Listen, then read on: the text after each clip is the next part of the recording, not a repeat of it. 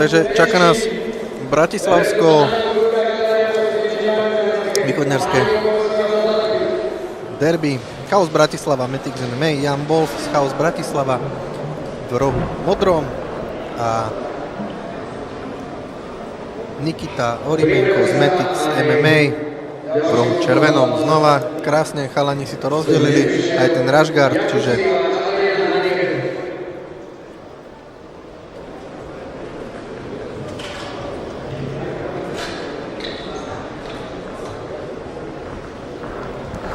chalani sú pripravení.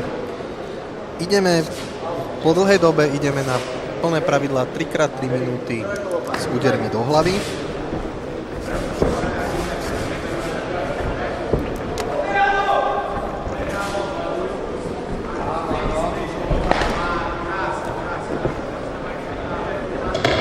Zápasník z Chaosu to nám tu pekne otvoril low kickom.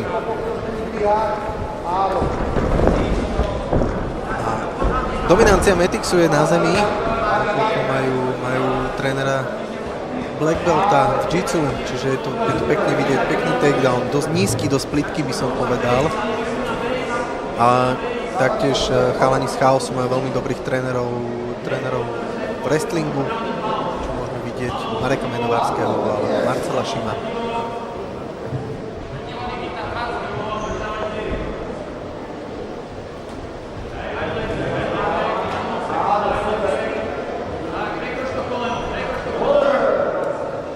Zápasníci sa nám dostali na pletivo, teraz sme v halfgarde, zápasník z Chaosu je v spodnej pozícii, zápasník z Metixu sa dostal do plného mountu,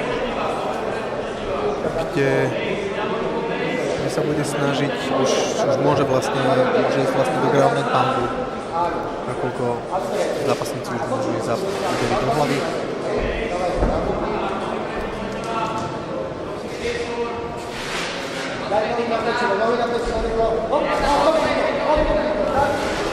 Jan Wolf z modrého rohu má pri sebe Kamila, čiže tie rady sú tam hneď.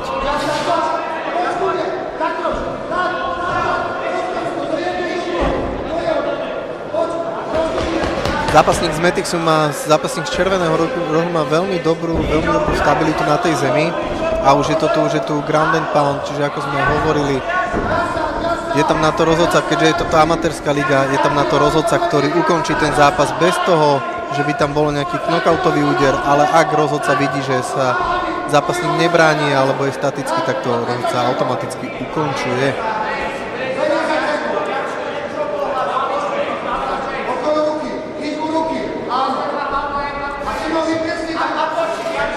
Stále sme v plnom mounte.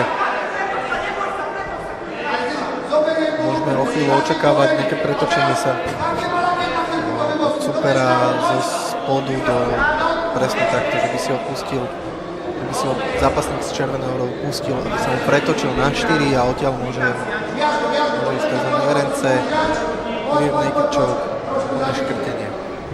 Čo skoro nám končí prvé kolo.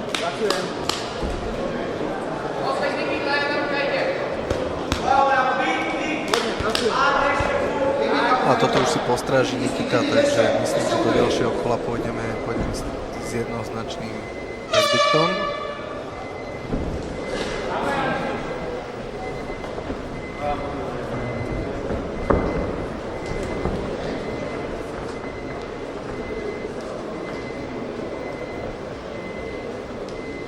Tu môžeme vidieť ground and pound, ono sa to síce zdá, že je to jednoduché, že ten super sedí na svojom protivníkovi, ale naozaj tá spodná strana sa stále hýbe, stále tam vytvára nejaký diskomfort.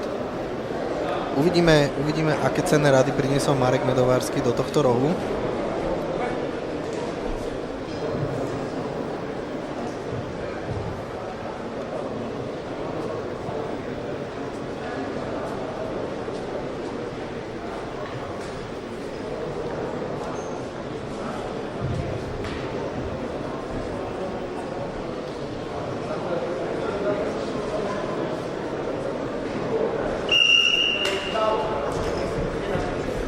Vraciame sa do druhého kola.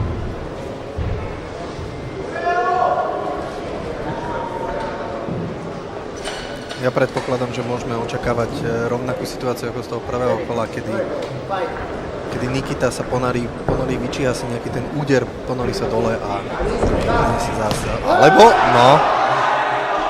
A je to tu.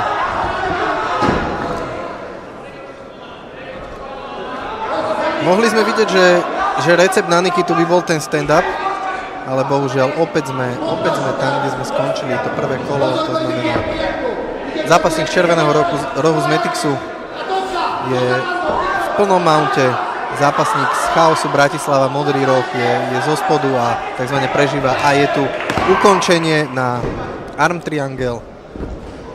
Krásna technika z mountu. Kedy si Nikita počkal, tu môžeme vidieť v povolenom zábere ten krásny takedown, ale aj tá obrana nebola na zahodenie. No a tu už to prechádzalo. Víťazom tohto zápasu sa stáva Nikita Opimenko, MMA Metix Prešov. Takže víťazstvo putuje do Prešova.